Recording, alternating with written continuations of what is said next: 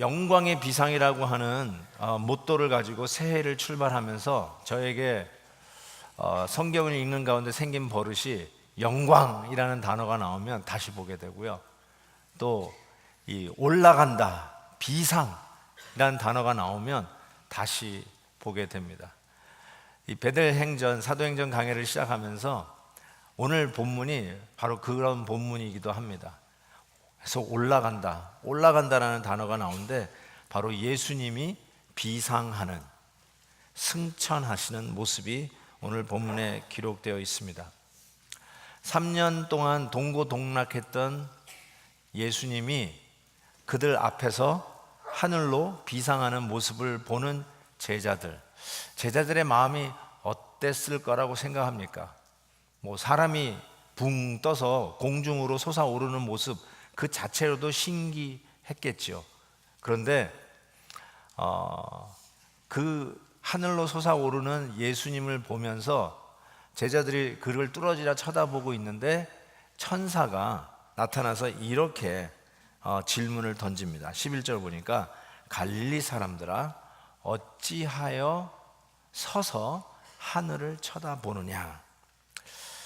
그냥 글로 써 있어서 액센트나 어떤 격앙된 말투로 이 이야기를 했는지 모르겠지만 그냥 느낌상 뉘앙스는 하늘에서 떨어지느냐, 뭘 기다리느냐, 뭐 때문에 그렇게 계속해서 쳐다보느냐 하는 약간의 그 야단치는 꾸지람 같은 느낌도 들게 됩니다.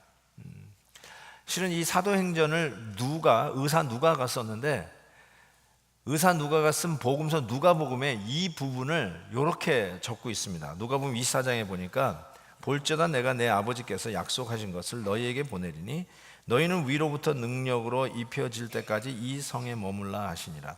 예수께서 그들을 데리고 베다니 앞까지 나가사 손을 들어 그들에게 축복하시더니 축복하실 때 그들을 떠나 하늘로 올려지시니 그들이 그에게 경배하고, 이거 보세요, 큰 기쁨으로 예루살렘에 돌아갔다, 이렇게 적고 있습니다.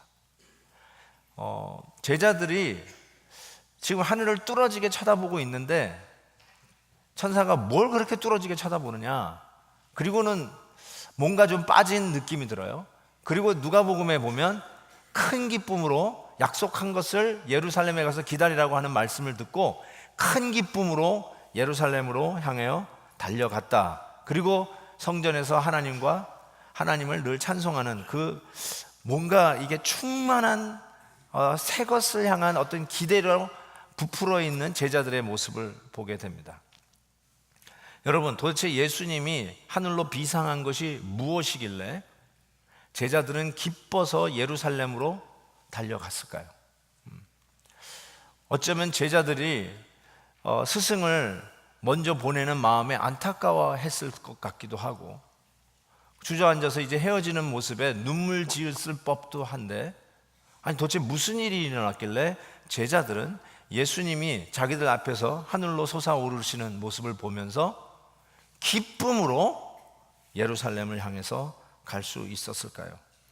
이 예수님의 비상, 예수님의 승천에 틀림없이 무슨 메시지가 있었던 것이 분명합니다. 여러분, 저는 그런 의미에서 오늘 예수님의 비상을 제대로 깨달는 것은 우리의 삶 속에 기쁨으로 다시 충만케 하는 비결이 숨어 있다고 생각해요. 우리가 예수를 믿으면서 하루에 한 번쯤은 감격이 있어야 되지 않을까, 이런 생각을 해보게 됩니다. 아니, 하루에 한 번쯤은 울컥하고 예수 믿는 하루하루의 삶 속에 하루에 한 번쯤은 뭉클하고 터치가 되고 눈에서 눈물이 울컥 나올 것 같은 그런 감동이 몰려오는 삶이 되어야 그래도 성령 안에서 우리가 충만해서 그 흥건한, 툭 치면 은혜의 물방울이 튀는 그런 삶을 살 수 있지 않을까요? 도대체 예수님과 헤어지는 마당에 뭐가 그렇게 좋았다고 예루살렘을 향해서 큰 기쁨을 가지고 제자들이 달려갈 수 있었을까? 그리고 그 약속하신 것을 기다릴 수 있었을까요? 저는 여기에서 예수님의 비상의 비밀이 숨어 있다고 생각합니다. 이 비상이라는 말 혹은 승천이라는 말은 말 그대로 하늘로 올랐다라는 뜻입니다. 올라갔다 그런 뜻이겠죠. 뭐 요즘이야 하늘로 올라가는 거 비행기를 타고 다니는 시대인데 쉽죠. 비행기를 타고 어느 정도 올라가면 안전벨트 라이트이 꺼지면서 캡틴 스피킹 하고 나와요. 지금은 3만 마일 고공을 달리고 있습니다. 뭐 이런 식의 방송이 나오는 걸 여러분 종종 비행기 탈 때마다 들으셨을 거예요. 엄청난 고공을 달립니다. 그러나 별일 없어요. 거기서 무슨 큰 기쁨을 가질 만한 뭐 특별한 의미가 없어요. 그러니까 예수님의 이 비상 승천은 그냥 이 얼마나 높이 올라가셨냐 하는 길이를 높이를 잴 수 있는 그런 물리적인 높이와는 별 상관이 없다라고 생각합니다. 오히려 요한복음 3장에 예수님이 니고데모하고 대모할 때가 아니라 니고데모와 대화할 때에 이런 말을 했어요. 본인이 스스로 얘기하는데 하늘에서 내려온 자 곧 당신이죠. 인자 외에는 이거 보세요. 하늘에 올라간 자 없느니라. 예수님께서 하시는 말이 하늘로 올라간 자는 당신뿐이 없다라고 얘기하십니다. 그게 무슨 말씀이냐면 우리가 즉시로 생각할 수 있는, 특별히 성경을 꿰고 있는 분들은 에녹도 하늘로 올라가고 또 엘리야도 병거 타고 하늘로 올라갔는데 그거하고 또 두세 사람 더 있다고 이야기할 수 있는데 왜 예수님 당신만 올라갔다라고 이야기했을까? 여러분, 에녹과 엘리야의 승천과도 예수님의 승천, 예수님의 비상은 차원이 다르다는 것이에요. 그냥 높이 올라갔다는 뜻이 아니에요. 여러분, 최초의 우주인이라고 하는 소련의 유리 가가린이 로켓 타고 인류 역사상 사람으로는 처음으로 우주 고공을 날랐습니다. 그가 다녀와서 가장 많은 질문을 받은 게 이것이랍니다. 올라갔더니 하나님이 있더냐? 그랬더니 이 유리 가가린이 이런 얘기를 했어요. 우주에 갔더니 하나님도 없고 천국도 없다, 이렇게 얘기했어요. 그게 아주 그냥 아주 굉장히 유명한 말처럼 대서특필이 됐죠. 우주에 갔더니 하나님도 없고 천국도 없더라. 여러분, 정말 그런가요? 달나라에 갔더니 토끼도 없고 개수나무도 없더라. 아주 유치한 얘기죠. 그러니까 예수님이 하늘로 올라갔다, 비상했다는 말은 도대체 무슨 뜻입니까? 제가 분명하게 말씀드립니다. 일단 정답부터 얘기할게요. 예수님이 비상했다는 말은 새로운 위치에 새로운 임무를 위해 올랐다는 뜻입니다. 다시 한번 얘기합니다. 예수님이 비상했다는 말은, 승천하셨다는 말은 새로운 위치에 새로운 임무를 위해 올랐다는 뜻입니다. 여러분, 저는 지금 이 순간 설교하는 이 임무를 위해서 강단에 올랐습니다. 강단으로 내려갈 때하고 강단에 올라왔을 때의 임무가 좀 달라요. 대통령으로 취임하기 위해서 강단에 올라와서 선서를 합니다. 새로운 임무를 맡기 위해서 새로운 위치에 오른다는 의미를 이야기합니다. 교회에서도 새로운 임직을 할 때 강단에 올라와서 안수를 받습니다. 어떤 새로운 사명을 갖고 새로운 위치에 오를 때 항상 이 오른다, 비상이라는 단어를 쓰는 것을 우리가 생각합니다. 영어로는 ascension, 예수님의 ascension, 승천은 그런 의미에서 예수님이 새로운 사명과 새로운 임무를 위해서 오른다는 의미를 갖고 있습니다. 예수님의 구원의 파노라마, 예를 들어서 성육신, 공생애, 고난, 십자가, 죽음, 부활, 그리고 우리가 얘기하는 게 재림인데, 부활과 재림 사이에 예수님의 비상 승천이 있어요. 아주 중요한, 빼내야 빼낼 수 없는 중요한 것이 뭐냐면 예수님의 비상이에요. 이것은 잠재력이 극대화되어 있는 폭약을 터트리는 뇌관과 같은 게 예수님의 비상이에요. 음식물을 일주일 내내 준비했다가 드디어 마침내 배설하는 잔칫날과 같은 게 예수님의 비상이에요. 어마어마한 새로운 인물을 향한 새로운 폭발력을 가지고 터트려지는 순간, 이게 예수님의 비상이라고 할 수 있어요. 이 부분을 빌립보서에서 이렇게 표현하고 있습니다. 하나님이 그를, 예수 그리스도를 지극히 높여 비상, 모든 이름 위에 뛰어난 이름을 주사 하늘에 있는 자들과 땅에 있는 자들과 땅 아래에 있는 자들로 모든 무릎을 예수의 이름에 꿇게 하시고 모든 입으로 예수 그리스도를 주라 시인하여 하나님 아버지께 영광을 돌리게 하셨다라고 했습니다. 예수님의 비상은, 예수님의 오르심은 영광스럽고 존귀하고 능력의 자리로 오르셨음을 의미하는 것입니다. 아주 중요한 말이에요. 마리아가 예수님의 몸을 잡으려고 했을 때 예수님께서 나를 만지지 마라, Don't touch me, 이런 표현을 쓴 적이 있어요. 요한복음 20장에 예수께서 이르시되 나를 붙들지 말라, Don't touch me or do not hold on to me, 뭐 이렇게 영어로 돼 있어요. 내가 아직 아버지께로 올라가지, 승천, 비상하지 아니하였노라. 자, 여러분, 이게 도대체 무슨 말일까요?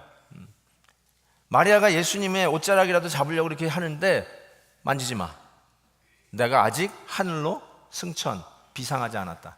무슨 뜻이에요? 샤머니즘에 푹 잠겨있는 분들은 이렇게 생각합니다. 아직 하늘로 안 올라갔는데 날 만지면 부정탄다.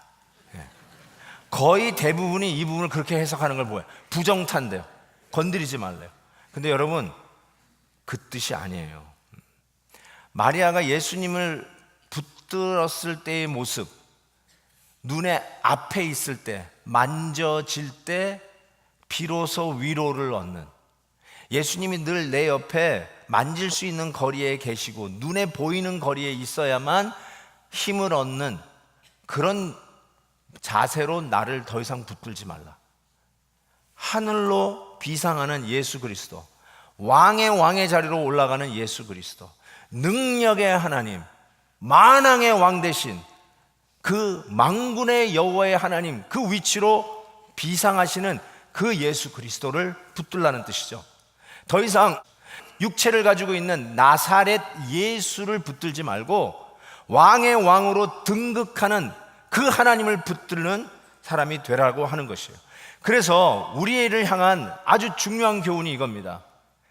내가 그냥 만질 수 있는 거가 있어야, 눈에 보이는 것만 있어야 겨우 따라가는 어린아이의 신앙이 아니라 보이지 않아도 만왕의 왕으로 등극하신 그 하나님을 붙들고 담대하게 신앙생활 하라는 것, 무소부지하시는 그 하나님, 그 하나님의 영광을 붙들고 살라는 것이죠.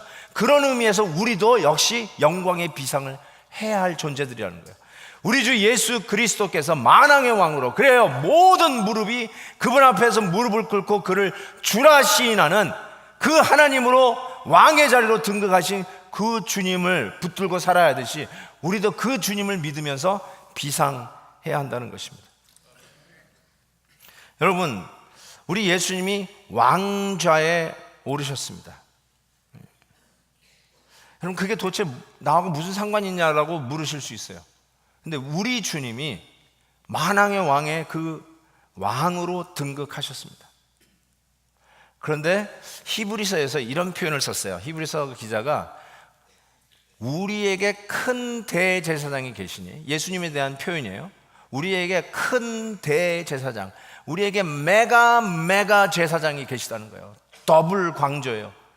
그런데 그분이 누구냐면 승천하시니, 하늘로 비상하신 이가 계시는데 그분이 누구냐? 우리의 메가 대제사장, 우리를 도우시는 예수님이라는 거예요. 그래서 그 대제사장은 우리의 연약함을 동정하지 못하실 리가 아니요, 채울하지 못하실 자가 아니요, 모든 일을 우리와 똑같이 시험을 받으신 자로되 죄는 없으시라. 그러면 긍휼하심을 받고 때를 따라 돕는 은혜를 얻기 위하여, 이거 보세요, 은혜의 보좌 앞에 담대히 나아갈 것이냐. 우리 주님이 만왕의 왕으로 등극하셨으니 성도들아 담대하라, 그 뜻이에요. 왜 주눅 들어있느냐? 왜 의기소침하고 있느냐? 왜 우물쭈물 쭈삣쭈삣 주저하고 있느냐? 담대하라. 우리가 믿는 예수님은 만왕의 왕의 자리로 등극하셨느니라. 그 능력과 권세가 충만하신 하나님과 본체이신 그 주님께서 우리를 도우시기 위한 큰 대제사장으로 우리와 함께 계시니 담대하라. 담대하라. 우리 주님이 비상하셨다는 그 의미는 오늘 우리가 담대할 수 있는 이유이기 때문에 그렇습니다. 여러분, 능력의 하나님이 오늘 나와 함께 하신다. 그냥 내 옆에서 물 드는 것 옆에서 도와주는 그 정도의 도움이 아니라 이제는 만왕의 왕으로 만주의 주로 등극하신 그 주님께서 우리를 도우시기 위해서 큰 대제사장으로 오신다는 거예요. 여러분, 이것이 여러분에게 good news입니까? 혹은 bad news입니까? It's a good news. Better be a good news. 그 만왕의 왕이 우리에게 오시는 것이 good news가 돼야 돼요. 야, 그분이 오시면 나는 끝장이다. 이러면 이건 잘못 사는 거죠. 그분이 오시는 게 나에게 큰 기쁨이 돼야 돼요. 억울하고 힘들고 답답하고 예수 믿는 것 때문에 손해보고 예수 믿는 것 때문에 1등 할 수 있는 거 2등 하고 예수 믿는 것 때문에 이만큼 벌 수 있는 거 요만큼 벌어도 그때 만왕의 왕 우리 만주의 주님이 오시는 것이 우리의 모든 삶 속에 억울함과 우리 삶 속에 눈물을 닦아주시는 그날이 오는 것이 우리에게는 굿뉴스, 좋은 소식이 돼야 돼요. 그런 의미에서요, 이 승천은 얼마나 중요한 메시지를 우리에게 주는지 모르겠습니다. 여러분, 제자들이 그런 의미에서 정들었던 자기의 스승을 헤어지는 마당에 기쁨으로 예루살렘으로 달려갈 수 있었다는 거, 드디어 좀 이해가 되는 것 같아요. 이제는 마리아처럼 옆에 계실 때만 목에 힘주고 힘쓸 수 있는 그런 스승이 아니라 만왕의 왕 만주의 주로 등극하시는 그분이 나의 하나님이시고 나의 주님이라는 것, 이 믿음으로 약속하신 것을 기다리기 위해서 기쁨 충만하게 예루살렘으로 달려갔던 것입니다. 예수님의 제자들이 승천하시는, 비상하시는 예수님을 바라본 것처럼 똑같이 예수님을 바라본 자가 성경에 나옵니다. 바로 스데반 집사입니다. 스데반 집사가 사도행전 7장에 보니까 스데반이 성령 충만하여 하늘을 우러러, 마치 제자들이 하늘로 비상하는 예수님을 우러러 봤듯이 하늘을 우러러 주목하였는데 뭘 봤냐면 하나님의 영광과 및 예수께서 하나님 우편에 서신 것을 보았다라고 얘기했습니다. 엘리야 특별 새벽기도 때 오셨던 분은 그때 강사 목사님이 주셨던 메시지를 지금도 생생하게 기억할 것입니다.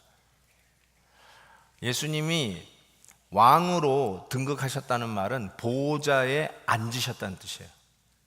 근데 성경에 유일하게 오늘 이 본문에서만 예수님이 서 계신 것을 적어놨다고 그러는데 왜 그런지 아십니까? 하고 우리 회중들에게 물었던 기억이 납니다. 그때 그 목사님이 이러셨어요. 교회 역사상 처음으로 순교자가 나오는 그때 가만히 앉아 있을 수 없으셔서 벅찬 감격으로 스데반을 맞이하기 위해서 예수님이 일어서셨다라고 얘기했어요. 아멘이에요. 플러스 한 가지 더 말씀드릴게요. 여러분, 여기서 예수님이 그 보좌 우편에 서셨다는 말은 제가 한번 말씀드린 적이 있어요. 이거는 법정 용어에서 쓰는 단어예요. 여러분, 혹시 법원에 가셔서 재판을 받아보신 적이 있는지요? 재판에 가시면 재판할 때 서 하는 사람이 두 사람이 있어요. 하나는 원고 측의 검사가 서서 이야기합니다. 또 하나는 누구예요? 피고 측의 변호사가 서서 변호하기 위해서 씁니다. 모든 사람들이 스데반 집사를 쳐 죽이려고 소위 인민재판하는 그 현장에서 다들 돌 들고 재판하는 과정 속에 스데반 집사를 변호하기 위해서 만왕의 왕 대신 만주의 주 대신 모든 능력을 가지신 그분이 스데반 집사의 변호사, 애드보케이시 되어서 지금 변호하고 있는 모습이, 그게 서 있는 모습이에요. 스데반 집사는 그걸 봤어요. 자기를 변호하기 위한 만왕의 왕을 보셨어요. 그래서 그는 순교의 영광을 넉넉히 감당했어요. 돌을 들고 치는 자를 향해서 하나님 저들을 용서하여 주옵소서, 저들이 하는 일을 알지 못하나이다 하며 예수님이 십자가상에서 하셨던 말씀을 그대로 재현해낼 수 있는 믿음과 편안한 마음을 주셨어요. 저는 그렇게 생각해요. 순교 아무나 하는 거 아닌데 스데반 집사의 순교는 고통 속에 간 게 아니고요, 비명을 지르면서 비명 행사한 게 아니라 나를 변호하시는 만왕의 왕을 바라다 보면서 자기 앞에서 돌 던진 자를 용서할 수 있는 복음의 여유와 복음의 공간을 가지고 영광스러운 첫 순교자의 그 리스트에 이름을 올렸다고 저는 생각합니다.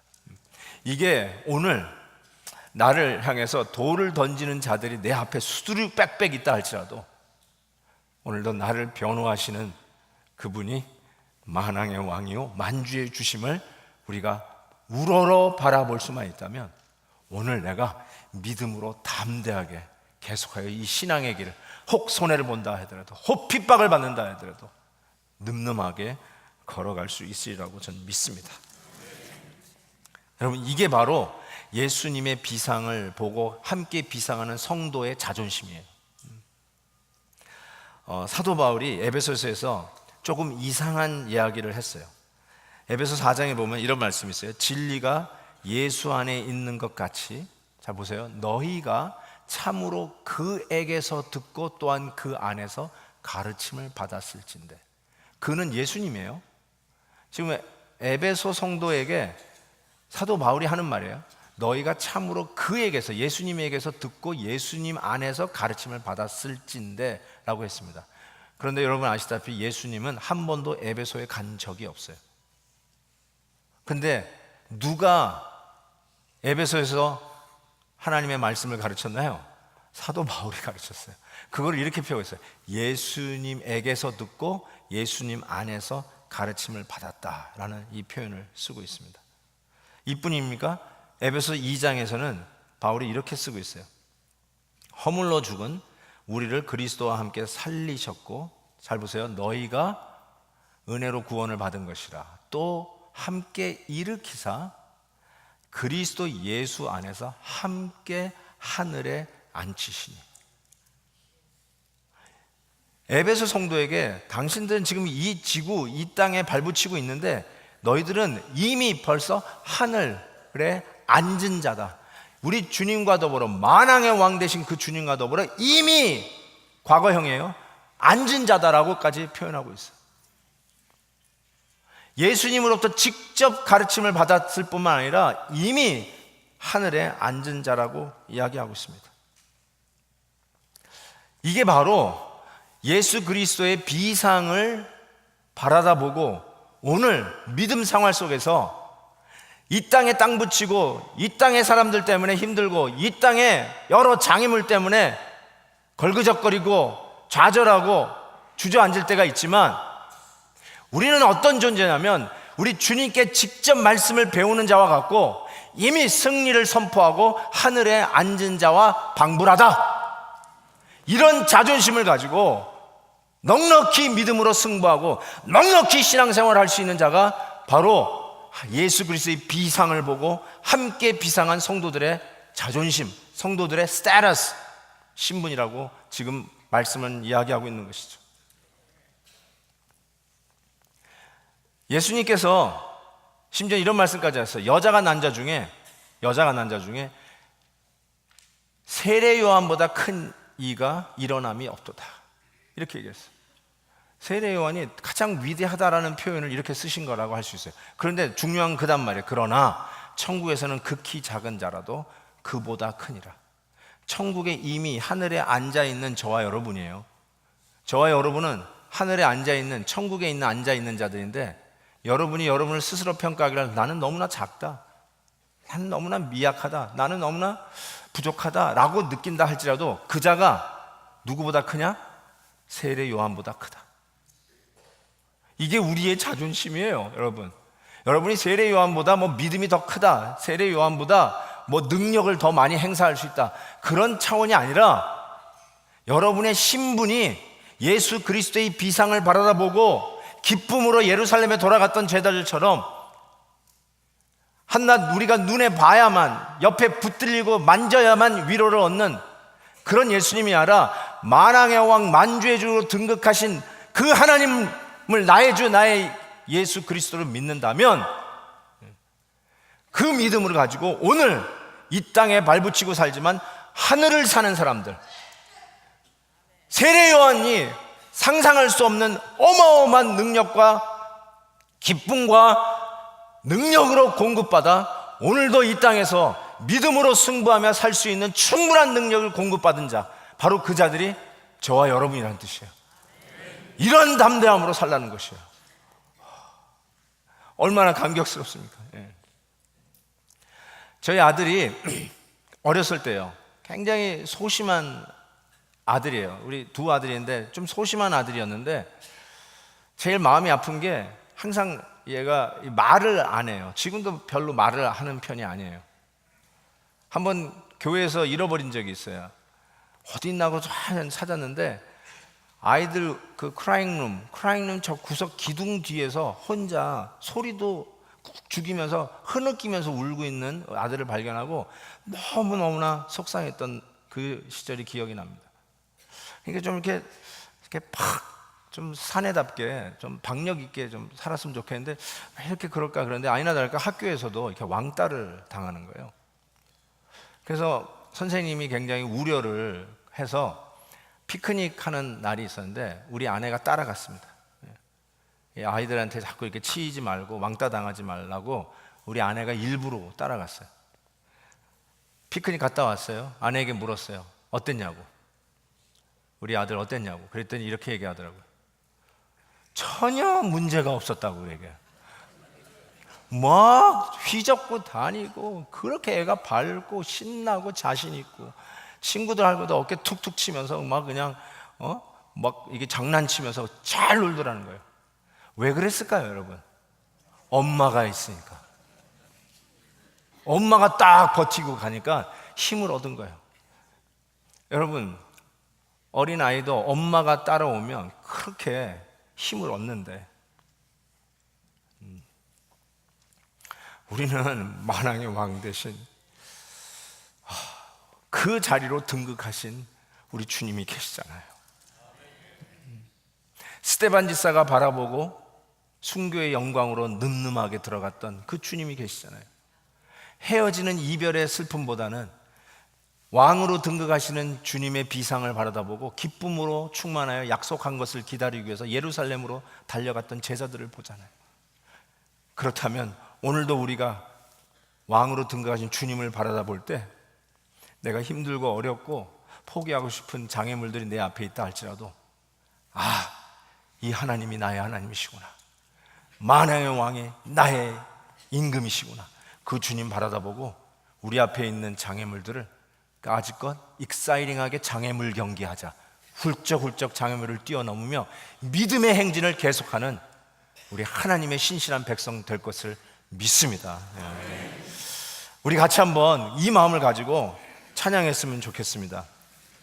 빛나는 왕의 왕, 영광의 주님, 온 땅 기뻐하라, 온 땅 기뻐하라 그러면서 위대하신 주. 그때는 정말 여기 예배당에 모이신 모든 분들이 좀 손을 들고 만왕의 왕을 우러러 바라다 보면서 우리의 삶의 현장에 어려움이 혹 기다리고 있다 할지라도 예루살렘에 기쁨으로 달려갔던 제자들처럼 우리도 예배 후에 우리 앞에 있는 그 적들을 향해서, 그 장애물을 향해서 기쁨으로 우리 주님의 이름으로 달려갈 수 있는 그 힘과 능력을 얻는 시간이 되었으면 좋겠습니다. 빛나는 왕의 왕, 빛나는 왕의 왕, 영광의 주님, 온